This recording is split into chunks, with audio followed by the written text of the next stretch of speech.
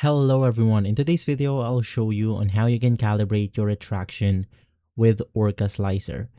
Basically, the first thing that you want to do is to open up a plate on Orca Slicer, and from here let's head over to calibration, select the retraction test, and basically you can then set up your retraction length. So in my case, I'm going to set it from 0 mm into all the way to 5 mm.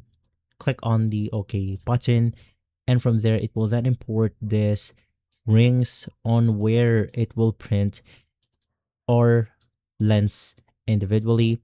And basically your objectives to this is to just look for the ring with the best quality in it without hairs. So in this lower part, this is going to be the 0 mm, and it will work all the way up to the settings that we have set, which is going to be 5 mm.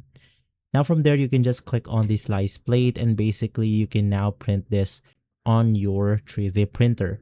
Right after, you will end up with this. So in my case, I've set it to 0 mm to 5 mm, and as we can see right here, it looks perfect for around 2 to 3 mm because it does not contain hairs like shown on this photo right here. And so guys, if this video has been helpful, leave a like, subscribe, and follow Guide to Everything for more videos like this. Thanks for watching.